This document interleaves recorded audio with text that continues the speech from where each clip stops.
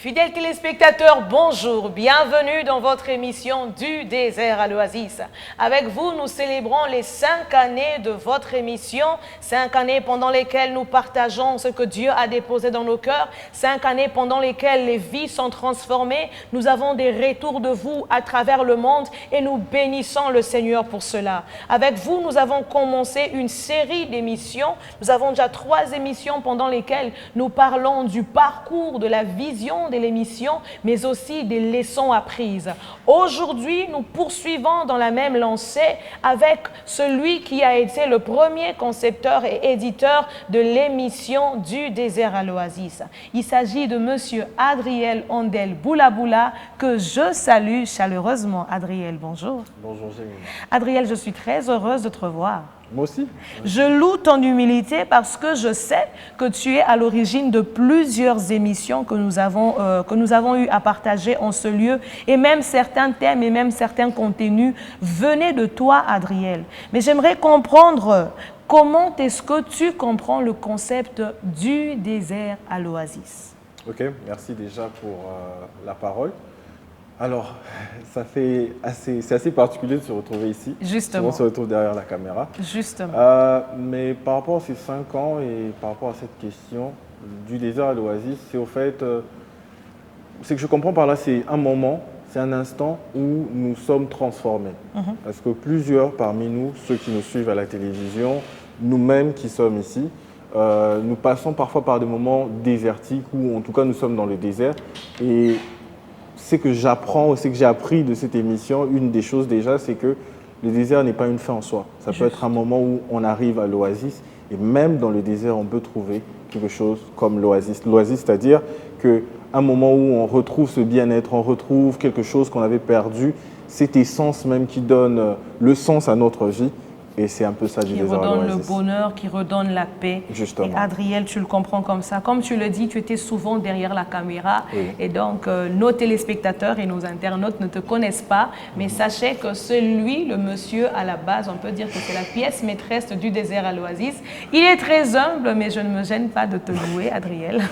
Alors, Adriel, dis-moi quand même, c'est toi qui as donné, comme nous le disons, qui a donné forme. Je parle dans le passé parce que tu n'es plus comme tu étais avant avec nous, mais tu nous accompagnes quand même avec la possibilité que cela t'ait donné. Oui. Alors voilà pourquoi je pars dans le passé. C'est toi qui as donné forme et corps à cette émission. Aujourd'hui, nous travaillons avec Glody. Il suit bien sûr la logique que toi tu avais instituée, mais comment est-ce que tu t'y prenais pour pouvoir, ramener les idées de l'évangéliste Léonard, mes idées, tes propres idées en texte, de manière à ce que ça soit suffisamment percutant pour atteindre les vies et transformer. Comment tu t'y prenais, Adrien? Alors, par rapport aux émissions, d'abord, on peut dire concepteur ou autre, mais la personne de base, c'est le Saint-Esprit, mais aussi l'évangéliste Léonard. Lui, il a la matière. En l'ayant suivi dans le passé, ou en tout cas dans les autres chaînes où il était, il avait beaucoup à dire, mais il fallait maintenant orienter cela. Okay. Et en étant la seule personne qui parlait, ça devenait assez difficile. Alors il fallait trouver quelqu'un qui savait écouter, mais avoir une écoute vraiment active, pas une écoute passive, en la personne de Jemima, la personne que tu es. Et il fallait essayer de faire ce mixage-là, faire ce mariage-là entre les deux personnes. Mais avant, question de savoir comment on préparait l'émission, il fallait d'abord prendre du temps pour écouter ce que l'évangéliste Léonard avait à dire. Donc j'écoutais d'abord, je comprenais moi-même et j'essayais de déceler les éléments que le téléspectateur pouvait avoir besoin. Et c'est ce sur base de quoi on pouvait mettre en place l'émission. Et voilà. Adriel, que Dieu te bénisse parce que tu reconnais l'accompagnement, le soutien du Saint-Esprit qui est la base pour que nous puissions réaliser des grandes choses. Alors, au regard des résultats de cette émission, aujourd'hui nous tournons plusieurs émissions sans toi, Adriel. Nous avons aussi des retours. Quelles sont tes impressions face à ce qu'est devenu du désert à l'Oasis aujourd'hui? En tout cas, personnellement, je suis très fier. Très fier parce que cette émission nous a prouvé que quand Dieu, derrière quelque chose, il utilise des hommes, mais il fait en sorte que nous ne serons pas dépendants de ces personnes. Il y a des gens qui sont passés, moi je suis passé, il y a aussi notre Kevin. frère Kevin qui est passé, notre sœur Vanessa qui est passée, Juste. mais cette émission continue. Cette émission continue et les gens continuent à être bénis. Et ça, c'est une très bonne chose. Nous avons notre frère Glody qui fait un très grand travail, dans l'ombre aussi. J'espère qu'un jour on pourra le voir. Mais c'est beaucoup et ça continue à bénir des gens. Avant cette émission, il y avait plein de témoignages que nous étions en train d'entendre par l'évangéliste Léonard. Des personnes ici au Congo, à l'intérieur, ces personnes à qui on ne pense pas, ces personnes aux États-Unis, parfois en Afrique. Que dire si ce ne sont que des remerciements envers le Seigneur, mais aussi voir tous ces témoignages, c'est vraiment la grâce de Dieu. C'est comme ça que cette émission, c'est aussi une émission d'action de grâce parce que nous reconnaissons le parcours avec Dieu. Nous reconnaissons que là où nous sommes arrivés, c'est la main de Dieu et uniquement la main de Dieu. Alors Adriel, dans ton parcours, quels sont les défis que tu as rencontrés dans ces tâches que tu remplissais dans du désert à l'oasis, le travail à la maison et ici? Comment c'était? Bon, parmi les défis, les plus grands défis, il y en a plusieurs. Mais ce sont des défis qui m'ont fait grandir en tant que personne aussi. Je me rappelle que plusieurs fois, tu me disais, j'ai travaillé la nuit pour cette émission. Oh, pauvre Adriel, que Dieu te bénisse. Fallait parfois couper quand on sentait peut-être qu'on sortait de l'essentiel de l'émission. C'était parfois de discuter avec l'évangéliste Léonard. Parfois, il avait beaucoup à dire. Il fallait lui dire que pardon pour cette émission. Il faudrait qu'on se base seulement sur cet élément. Oui, mais on a aussi rencontré des problèmes techniques. Je me souviens, il y a eu une très belle émission que nous avons tournée. Je ne sais plus c'était quoi le thème, mais quelque part, l'évangéliste Léonard est en train de parler de son histoire. C'était assez particulier. Il a même pleuré. Il a même pleuré. Et malheureusement, on a perdu cette émission et cette émission n'est jamais passée. Je me rappelle. Mais on a refait l'émission, mais c'était toujours aussi bénissant, mais ce n'était pas avec la même émotion.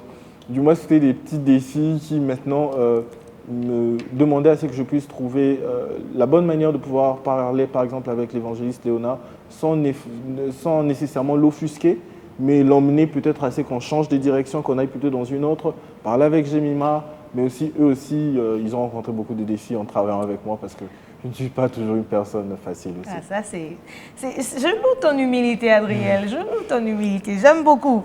Alors, je le disais l'autre fois quand Vanessa m'a reçu que j'ai été transformée par du désert à l'oasis. Par Noëlla plutôt. Noëlla, oh my God. Vanessa, je t'aime beaucoup, que Dieu te bénisse. J'ai été transformée par du désert à l'oasis et donc c'est une émission de transformation où ma manière de voir les choses, ma manière de faire a été changée. Alors, dans ta vie aussi, Adriel, y a-t-il des éléments de transformation que tu as vécu, que tu vis aujourd'hui à l'issue de cette émission? Oui, il y a eu beaucoup d'émissions que nous avons tournées. Mais il y a une qui, moi, m'a marqué, ou en tout cas une série d'émissions qui, moi, m'a vraiment marqué. C'était la série où on parlait du viol. Okay. Cette émission, déjà, ça me tenait à cœur. Je n'ai pas eu un cas particulier de viol directement, mais c'est quelque chose qui me tient à cœur parce que dans notre pays, à l'est de notre pays, c'est devenu une arme de guerre. Oui. Mais en invitant aussi les personnes, que ce soit l'évangéliste Léonard, que ce soit Madame Maud Ekila, je pense qu'il y a eu aussi une psychologue qui a parlé de ça. Okay. Et on s'est rendu compte que le viol, ce n'est pas qu'à l'est du pays. C'est aussi ici, c'est aussi dans nos maisons. Oui, en tout cas, une des choses qu'on disait, sur 3 personnes dans une église, sur 3 femmes, il y a au moins une qui est violée. Et c'est quand même grave. Il y a un très grand silence par rapport à la chose. Ça détruit des vies et malheureusement, on ne sait pas comment régler ce genre de choses. On n'en parle pas, on n'aide pas ces personnes et l'émission était très très interpellateur. Et c'était pour dire aussi, par exemple, à ceux qui nous suivent, par exemple pour les parents, tirez attention lorsque votre enfant vous montre certains alarmes par rapport à telle ou telle situation, tirez attention. Ne laissons pas passer à côté. Faisons attention à ceux que nous appelons dans nos familles parce que l'une des choses qui nous avait été dite, c'est que dans la majorité des cas, des viols qui ne sont pas des viols de guerre, entre guillemets, c'est la personne qui viole est souvent une personne connue de la victime. Juste. Et c'est vraiment quelque chose sur lequel nous devons faire attention parce qu'il y a des répercussions en termes de traumatisme, mais aussi ces traumatismes-là peuvent parfois se répercuter sur plusieurs autres générations. Oui, voilà quelque chose qui m'a vraiment touché et qui m'emmène à pouvoir devenir un prédicateur de la chose, pour interpeller et voilà un peu. Et pour réveiller les parents, pour attirer encore notre attention sur les comportements des enfants par rapport à ce que nous voyons dans les actions des enfants, pour pouvoir déceler les problèmes, les petits pépins, aller vers les enfants, les découvrir, les aider à avancer, les aider à se découvrir à nous, à se faire découvrir, pour que nous puissions ensemble élever, éduquer des enfants meilleurs, et des enfants qui ne seront pas traumatisés, qui ne seront pas malades en eux-mêmes, par la grâce de Dieu, bien sûr. Adriel, je te dis merci pour ta participation. Je me rappelle que tu as parlé de l'écoute active qui t'a permis de produire même toutes ces émissions parce que tu as pu écouter. Et c'est ce que je conseille à tous ceux qui sont en train de nous suivre. Par moments, nous n'avons pas toujours besoin de trop parler. Écoutons aussi, écoutons les autres. En écoutant les autres, on peut apprendre et on peut ressortir des meilleures choses pour bénir plusieurs autres personnes. Tu as parlé également de cette émission que nous avons perdue. Moi, je me suis dit que si nous nous étions relâchés en ce moment-là, après une telle belle émission, peut-être qu'on n'aurait pas fait 5 ans. Mais il est important pour ceux qui nous suivent de savoir que même quand on tombe, on doit se relever et avancer et chercher à faire mieux que ce que nous avons perdu. Et c'est là même que nous parlons de la résilience. J'aime ce thème, mais Adriel, as-tu un dernier mot, une conclusion, une interpellation pour ceux qui nous suivent? Oui. Peut-être je vais en avoir 2. La première, c'est par rapport du désert à l'oasis. C'est-à-dire que c'est vous qui nous suivez. Sachez que si vous vous retrouvez dans un désert, dans toute forme de désert, par rapport à ce que les gens vous ont fait subir, par rapport à ce que vous-même vous êtes fait subir, il faudrait que vous puissiez savoir que s'il y a des choses que vous avez perdues, il y a au moins une chose qui reste. Il y a toujours des choses qui restent. Et ça, nous avons appris ça ici dans cette émission. Et à partir de ce qui vous reste, vous pouvez aller plus loin. Vous pouvez vraiment vous en sortir et trouver un oasis. Ça reste possible. Nous invitons à suivre alors toutes les autres émissions qui sont passées. Vous pourrez vraiment en être bénis. Sinon, même appeler, ce serait une bonne chose.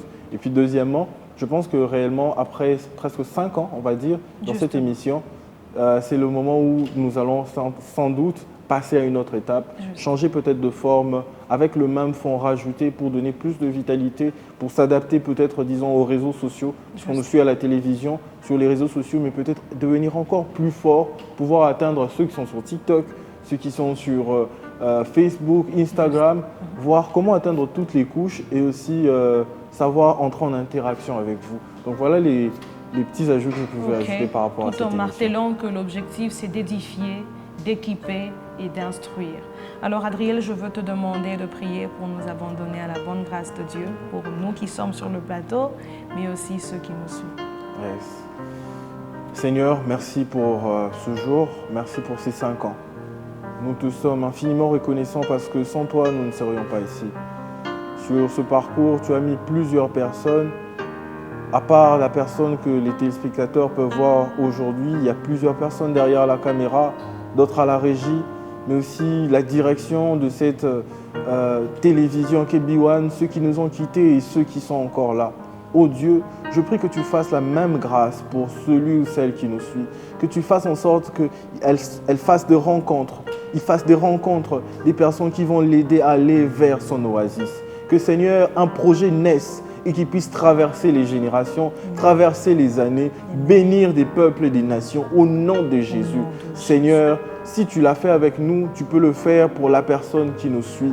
Oh Dieu, Père, que cette année 2026 soit une année où cette personne débute son parcours du désert à l'oasis. Au nom de Jésus-Christ, nous prions ainsi. Amen. Amen, amen. Merci Adriel. Merci à vous de nous avoir suivis, fidèles téléspectateurs. Si vous avez des commentaires, des messages, n'hésitez pas à l'écrire au numéro qui s'affiche au bas de l'écran.